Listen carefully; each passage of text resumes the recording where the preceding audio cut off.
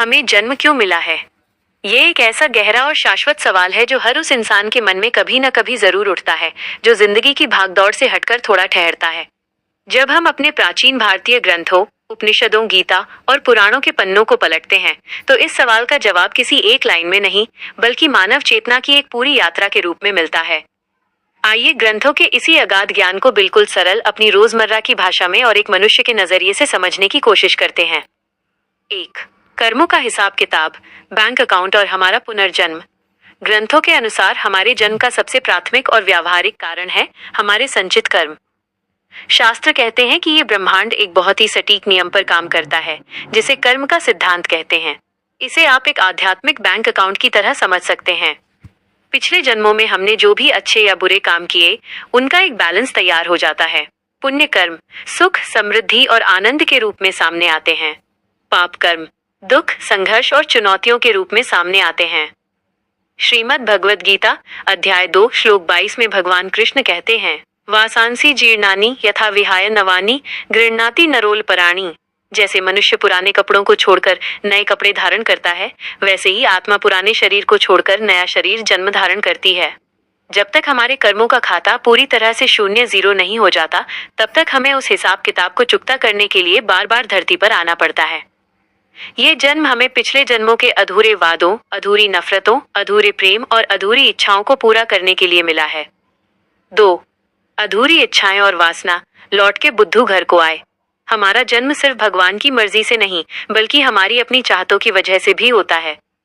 ग्रंथों में इसे वासना या आसक्ति कहा गया है। मरते समय इंसान के मन में जो सबसे तीव्र इच्छा होती है, वही उसके अगले जन्म का बीज बनती है।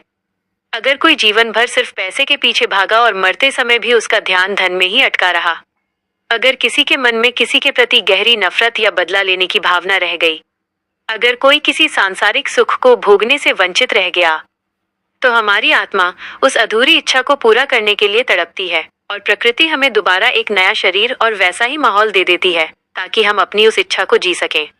जब तक हमारे भीतर चाहत की आग जल रही है, तब तक जन्म का ये चक्र थमेगा नहीं। 3.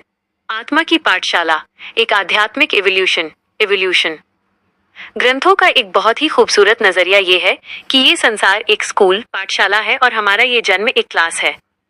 हम सब केवल हार मांस के पुतले नहीं हैं, हम सच्चिदानंद, सच्चित आनंद आत्मा के अंश हैं।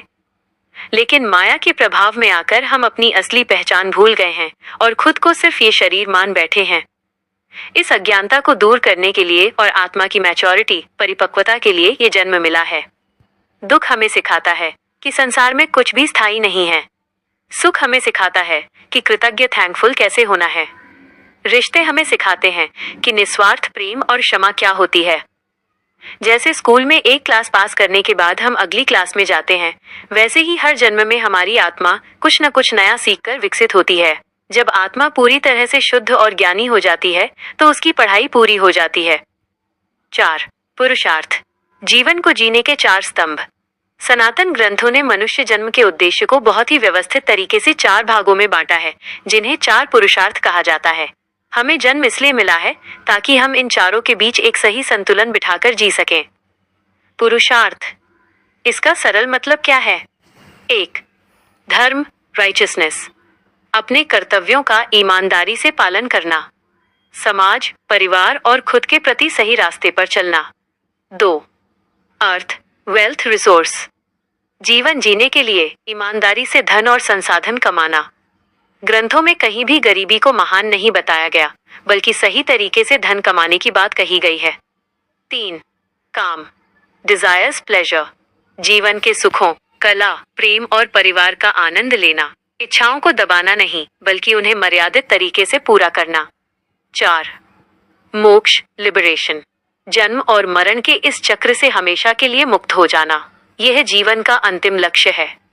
मनुष्य जन्म की खूबसूरती यही है कि ये इकलौती ऐसी योनि स्पीशीज है जिसमें हम सोच समझकर इन चारों पुरुषार्थों को हासिल कर सकते हैं। जानवर न धर्म सोच सकते हैं, न मोक्ष पा सकते हैं, वे सिर्फ प्रकृति के नियमों से बंधे हैं। 5. ईश्वरीय लीला का हिस्सा बनना, एक और गहरा दृष्टिकोण जो हमारे उपनिषदों और पुराणों में मिलता है, वो है लीला। ईश्वर ने इस सृष्टि को किसी मजबूरी में नहीं बनाया, बल्कि आनंद के लिए बनाया है। यह पूरी दुनिया भगवान का एक बड़ा नाटक या खेल, कॉस्मिक प्ले है। हम सब इस नाटक के किरदार हैं। हमें ये जन्म इसलिए मिला है ताकि हम इस महान रंगमंच पर आएं, अपना अपना रोल माता, पिता, मित्र, शत्रु, राजा, रंग पूरी शिद्दत और ईमानदारी से निभाएं और इस खेल का आनंद लें। भगवान चाहते हैं कि हम इस संसार में रहकर उदास ना हो, बल्कि खेल को खेल की तरह खेलें, बिना ये भूले कि पर्दे के पीछे असली सूत्रधार कौन है। 6. मानव देह की दुर्लभता, लॉटरी टिकट। सभी ग्रंथों में एक बात पर बार बार जोर दिया गया है कि मनुष्य का जन्म मिलना कोई साधारण बात नहीं है, यह एक बहुत बड़ी लॉटरी लगने जैसा है। शास्त्रों में कहा गया है, दुर्लभम मानुषम जन्म तद्वै देवा नामपि दुर्लभम, अर्थात मनुष्य का जन्म अत्यंत दुर्लभ है, यहाँ तक कि देवता भी इस शरीर को पाने की इच्छा रखते हैं। सनातन परंपरा के अनुसार 84 लाख योनियों, विभिन्न जीवों, पेड़ पौधों, कीड़े मकोड़ों के चक्र में भटकने के बाद कहीं जाकर एक बार मनुष्य का चोला मिलता है। बाकी की योनियां केवल भोग योनियां हैं, यानी वे सिर्फ अपने पिछले कर्मों के फल भुगत सकती हैं, नया कुछ नहीं कर सकती।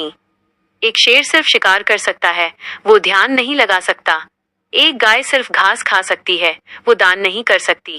केवल मनुष्य जन्म ही कर्म योनि है। हमारे पास विवेक, सोचने समझने की शक्ति है। हम तय कर सकते हैं कि क्या सही है और क्या गलत। हम चाहें तो अपने कर्मों से खुद को भगवान के स्तर तक उठा सकते हैं और चाहें तो जानवरों से भी बदतर गिर सकते हैं। इसलिए ये जन्म हमें कोई सजा के तौर पर नहीं मिला है, बल्कि ये एक अवसर, अपॉर्चुनिटी है। 7. अंतिम लक्ष्य, मोक्ष या घर वापसी। इन सब बातों का निचोड़ ये है कि नदी चाहे कितनी भी टेढ़ी मेढ़ी बहे, कितनी भी वादियों से गुजरे, उसका अंतिम लक्ष्य सागर में मिल जाना ही होता है। ठीक उसी तरह हमारी आत्मा का अंतिम लक्ष्य उस परमात्मा में विलीन हो जाना है जहां से वो अलग हुई थी। इसी को मोक्ष, मुक्ति या निर्वाण कहते हैं। जब तक हम खुद को इस संसार की नश्वर, टेम्परेरी चीजों से जोड़कर रखेंगे, तब तक हम बार बार जन्म लेते रहेंगे। जिस दिन हमें ये एहसास हो जाएगा कि अहम ब्रह्मास्मि, मैं वही दिव्य चेतना हूँ, यह जब हमारे भीतर निश्चल भक्ति जाग जाएगी और हम अपना सब कुछ ईश्वर को समर्पित कर देंगे, उस दिन हमारा आना जाना बंद हो जाएगा। हम अपने असली घर यानी परम शांति और परम आनंद को पालेंगे। सारांश, व्यावहारिक रूप में हमारी बात, अगर ग्रंथों की इन गूढ़ बातों को हम अपनी रोजमर्रा की जिंदगी में उतारें तो हमें जन्म क्यों मिला है? 1. सीखने के लिए, हर परिस्थिति, हर सुख दुख से कुछ न कुछ सीखकर बेहतर इंसान बनने के लिए। 2. कर्ज चुकाने के लिए, अपने माता पिता, समाज, प्रकृति और उन सभी लोगों के प्रति कृतज्ञ रहने और उनका कर्ज उतारने के लिए जिन्होंने हमें सहारा दिया। 3. आनंद लेने के लिए, दुनिया की खूबसूरती, प्रेम, रिश्तों और कला का मर्यादित होकर आनंद लेने के लिए।